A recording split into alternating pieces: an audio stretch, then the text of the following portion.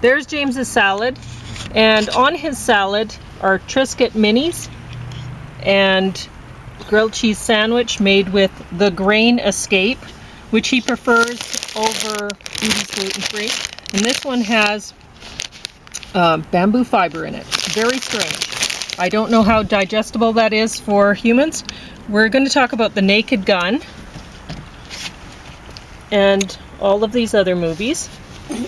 And eventually, maybe not today. But this oatmeal was made with the steel cut oats and silk almond dairy-free creamer and bare baked crunchy coconut chips.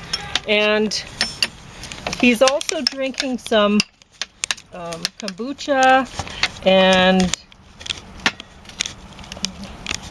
I don't know, some almond milk. Yeah. And which you don't have. And I forgot to introduce my sandwich, which is basically the same stuff that's in his salad for the most part. There's carrots, bell pepper. Just not cut up so far. No, it's the same. It's cut up, huh? Yep.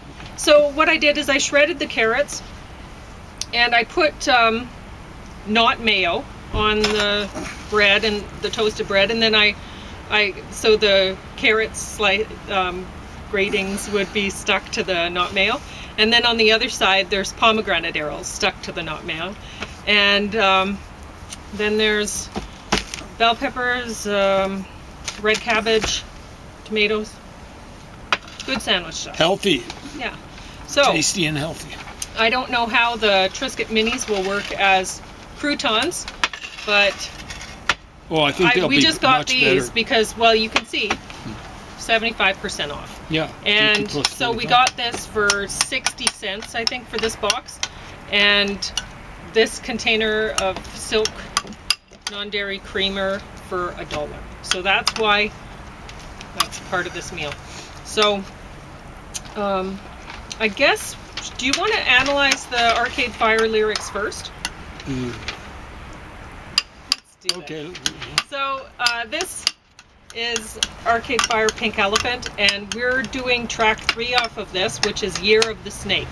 So I'll read through the lyrics. They're actually in there, but it's hard to read. That's one. Was it on red background or something? Well, it's written out. They're trying to be artistic. Kind of got a headache or a fever trying to read it. And the booklet is so thick, it's really hard to squeeze into the CD case tabs. Must be like new. Almost impossible. Yeah, I think I got it ruined. first. Yeah. Because and that's the only reason that it's still intact, because the next person who tries to take it out of there and put it back in, it's going to be ripped up, I'm sure. Most people's library material are very, it's very ridiculous. casual. I don't know. Yeah. I don't know what they were thinking when they made that booklet. And honestly, with lyrics like this, as much Don't as bother putting in I the mean booklet. the writing was artistic looking and difficult to read. So that's actually a plus, because you don't want to read these lyrics. Yeah. So they were trying for triple rhythm in Year of the Snake, and so I wrote down the rhythm as it is sung, not as it should be sung necessarily. There are some problems, and we'll go over that. So I'm going to read the lyrics, and then while I get to something that I have to talk about or that James wants to talk about, we'll pause and we'll do that. So it's best if you split the screen now, pull up another window with Arcade Fire Year of the Snake so you can actually read the lyrics along. It's the time of the season when you think about leaving. I knew that you would. I knew that you would. In the season of strangers, when we were in danger, I reached out to you, like you knew that I would, like you knew that I would. Out. I reached out to you. Out should get the accent, not reached. But they sing, I reached out to you.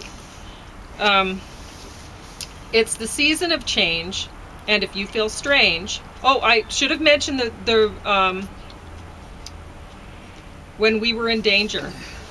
The rhythm, they don't sing it that. They sing when we were in danger. I don't know. They sang it funny. I can't remember. They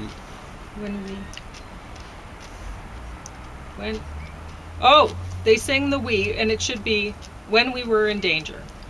That's how it should be, when we were in danger. And they sing when we were in danger. And so anyway, you get carried away with the rhythm when you start writing, and you really should pull back every once in a while and go, wait a minute, this is a new line. Does it actually follow that rhythm pattern, or am I being carried away with rhythm? Because with song lyrics, it's really easy to get carried away with the rhythm, especially song lyrics, but with any kind of poetry, really. So anyway, it's a season of change, and if you feel strange, it's probably good. In the year of the rabbit, I picked up the habit of waiting on you. In the year of the snake, I made a clean break, and I tried something new. I fly in my arrow star. I picked up a new scar, and he reads it a new scar, but scar should get the accent, not new. I tried to be good, but I'm a real boy. Real ends up. But I'm a real boy. Yeah, but it shouldn't be here. Boy should get the accent. My heart's full of love. And I wondered if full should get the accent. It's full of love. Yeah, but my heart's full of love. Yeah, but that's actually right. It's not made out of wood, and that's not right. It should be, it's not made out of wood. That's how it should be. It's not made out of wood. So do what's true. Don't do what you should. It's a season of change, and if you feel strange, it's probably good. Let your heart break, let the earthquake, let the stars of Texas fall in the lake. Just do what's true. You ain't got to be fake. Let the fire blaze should be let the fire blaze. So blaze should get the accent. But James says that fire should get 2 syllables here.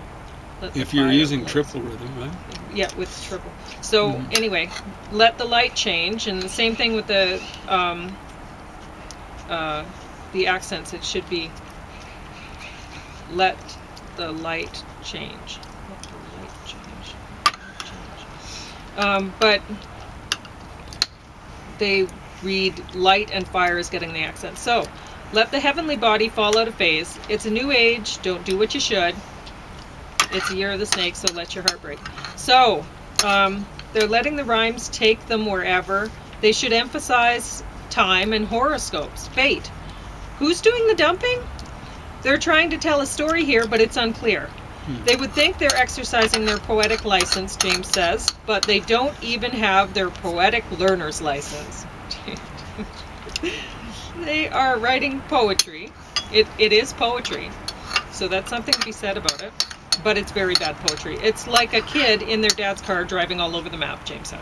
So that's really all we had to say about that. So that's, pardon me? Let's just look at that the stars. Oh, you want to talk about that? Yeah, well, you didn't like it at all. What lake is they talking about? I don't know. And I know of one lake in Texas. I'm not sure. I think it's called Sam Rayburn Lake or something. Because Texas is the Lone Star State, and so anyway, we don't know what's going on with that thing because. As far as we know, Arcade Fire, they're Canadian, and I don't know what's going. Anyway, so oh, you started with the oatmeal. So how is that? Awesome, folks. Okay, so the Naked Gun. Oh, we laughed and laughed. Awesome, folks. Yeah. The best line was "That was awesome," right? Yeah, and you'll get to it. We're not going to give it away, but it's they build up to that. So it takes a long time. We were a little bit worried about it. It's only 85 minutes long, but it feels longer than it is because you're going to feel tired out from all the laughing. Yeah. So it's produced by Seth MacFarlane. Way to go, Seth, buddy. Yeah. And Pamela Anderson still looks hot as ever. She actually learned how to act a little bit since Baywatch. Decent job in this. I thought she did. Yeah. And Liam Neeson, I had thought, oh man, why did they get Liam Neeson to do? When I heard about that he was going to be in this Naked Gun thing, I thought it would not work out. Wow, this is going to be terrible because they're just giving him the part because Liam Neeson sounds like Leslie Nielsen, and they thought, oh, that's kind of funny or whatever, and it is kind of funny. But anyway, he does a good job. He's actually handled well in this. Somehow they pull it off. So, good job. Good job. I look forward to the next one. Incredible. A lot of funny stuff in there. So get on the stick, Seth. They're sure it probably isn't already like, making it. Yeah, make sure it's not like Get Smart. And I don't know, I was wondering why they picked Pamela Anderson, but I think it's probably because Leslie Nielsen was Canadian. They wanted to pick a Canadian, so they picked Pamela Anderson, but I don't know. I think she's coming. Yeah. I think she was spotted at a Vancouver Canucks game by some sort of photographer or another. Yep. Well, anyway, Brokenwood Mysteries Season 11. Wow, they've been doing this a long time, and I'm so glad because I love looking at this New Zealand scenery, so beautiful. And it's there's some comedy worked into this that I really appreciate. It's not, it's often said with a straight face, and that's how the best stuff should be, really. It's very different kind of comedy than this, but, you know, there's room for different types of comedy. Well, Seth MacFarlane's going to work below the belt sometimes, right? And I thought the mysteries were well written, and I thought I liked these characters in these roles. And James was commenting that the actors, especially youth, New Zealand youth. Wow, good job, New Zealand youth. They actually trained them to be something like. Maybe the people like Disney should consider using New Zealand actors instead. Because, please, Disney. Wow, the acting in this was dreadful. And we'll get to that. So, awesome job, Brokenwood Mysteries. Enjoyed it a lot.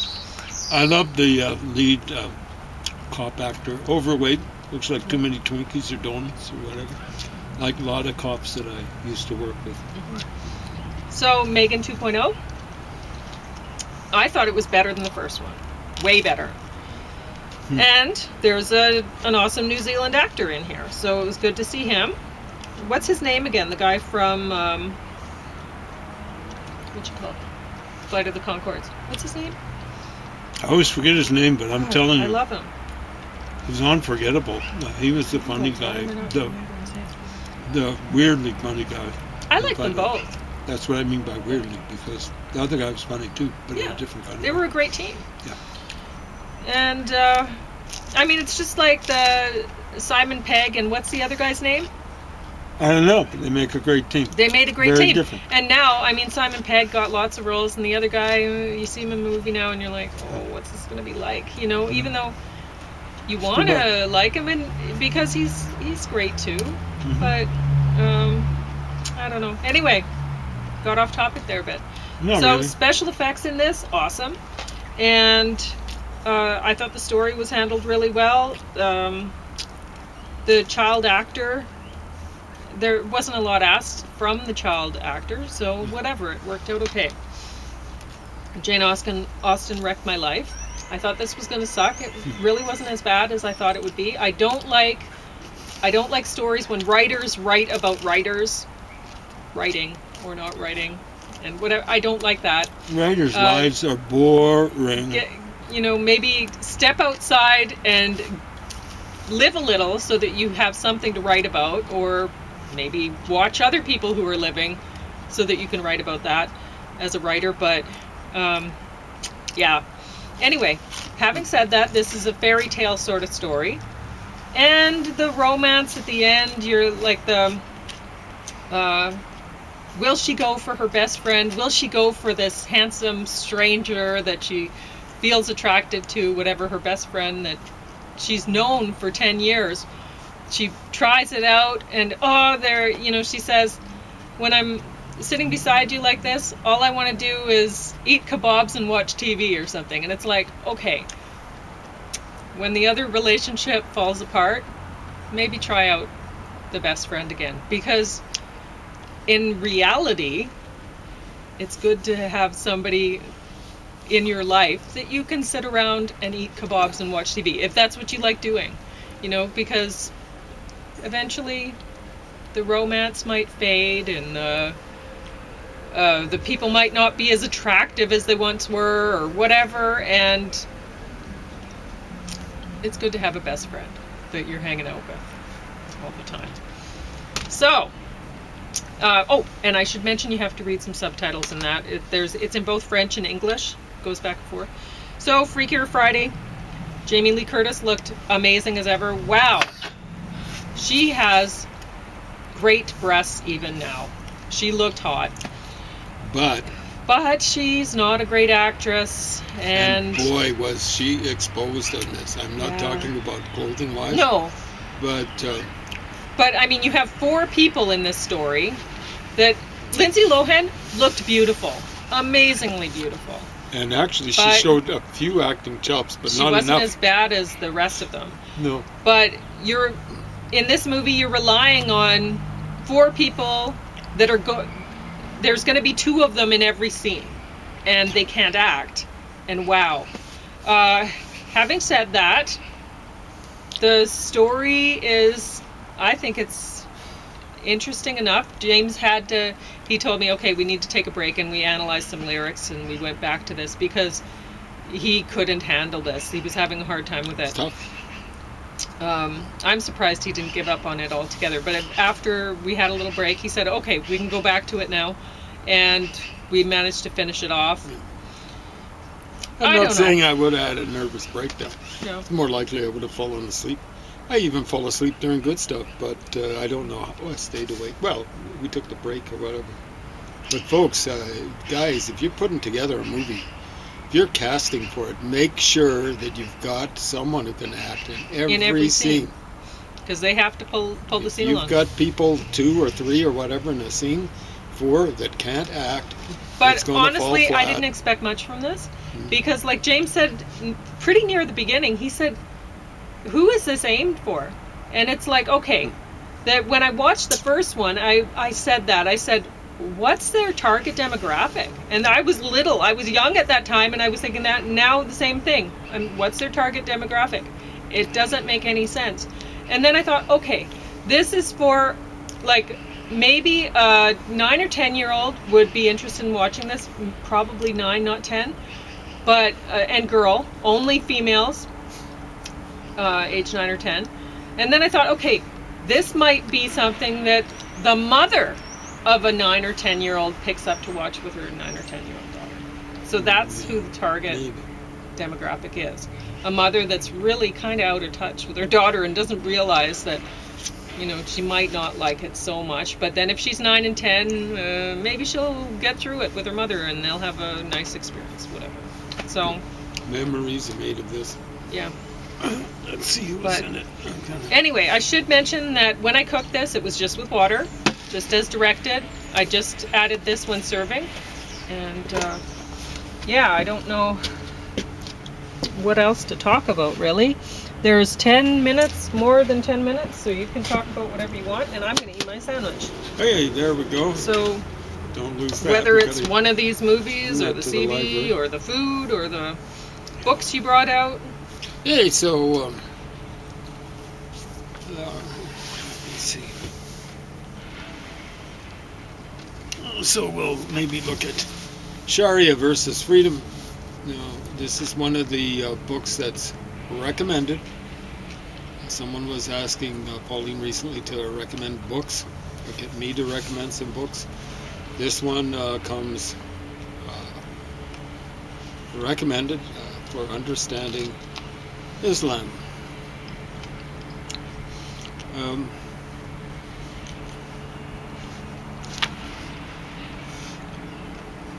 Well, let's just see.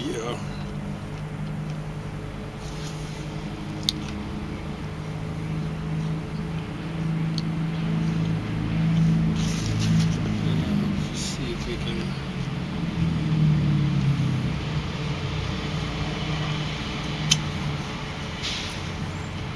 Find some stuff. Diversity, perversity.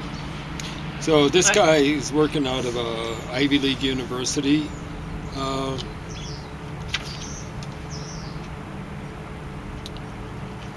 He's a Jewish background, I think. I don't know if it's 100% Jewish.